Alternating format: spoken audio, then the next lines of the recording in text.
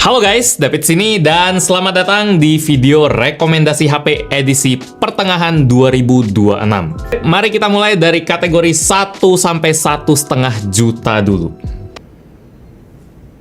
Tidak ada yang bisa saya rekomenin.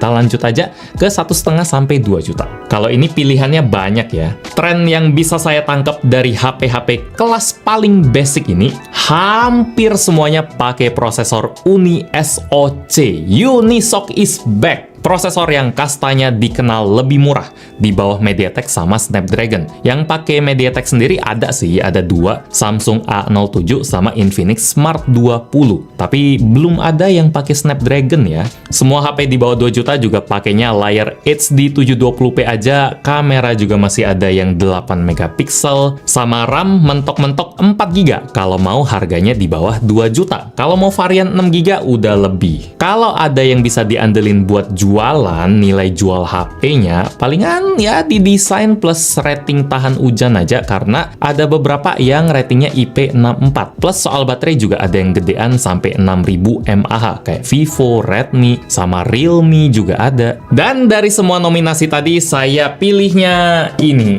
Samsung A07. Ini rekomendasi kuat ya. Satu-satunya HP under 2 juta yang pakai MediaTek Helio G99 fabrikasi 6 nanometer. Infinix Smart 20 si pawang MediaTek pun cuma ngasih G81 12 nanometer. RAM Samsung juga dapat yang 4 GB dan storage 64 GB UFS bukan eMMC. Wow, dukungan softwarenya luar biasa bagus. One UI dengan janji sampai 6 kali OS update dan 6 tahun security patch, walaupun saya nggak tahu 6 tahun lagi RAM 4 GB udah sebonyok apa. Baterainya 5000 mAh plus charger, terus dia IP54 udah tahan hujan, dan kameranya 50 megapiksel yang kualitasnya bagus buat standar HP entry level kayak gini. Kelemahan yang perlu ditimbang, dia nggak ada NFC. Sementara beberapa HP lain ada yang punya NFC ya. Itu aja sih. 2,5 sampai 3 juta kualitas HP-nya udah loncat. Di kelas ini, HP-HP mulai kerasa proper ya. Layar Full HD udah mulai umum.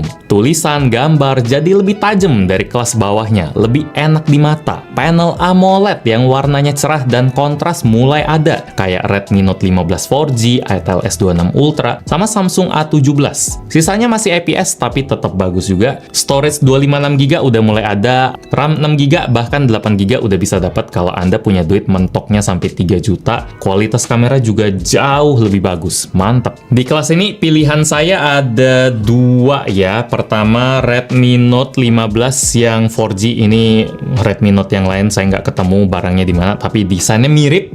Dan ini harganya hampir 3 juta sih. Masih kepala dua.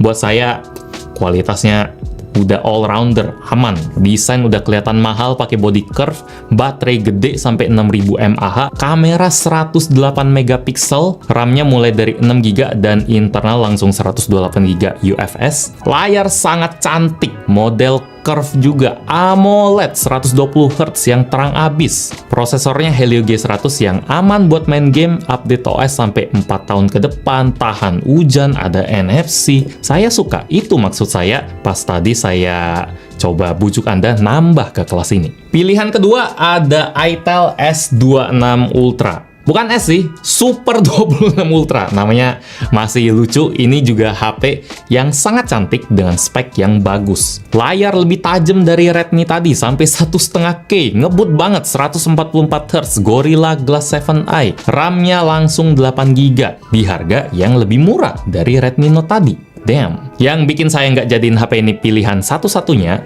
karena pasti ada yang nggak demen sama brand Itel ya. Dan dari nama HP-nya pun, dulu di unboxing kita udah kocak-kocakin Super 26 Ultra, itu nyamsung banget. Agak gimana gitu. Kalau dari HP-nya sendiri sih udah asik banget, cuma kesannya itu kurang orisinil lah.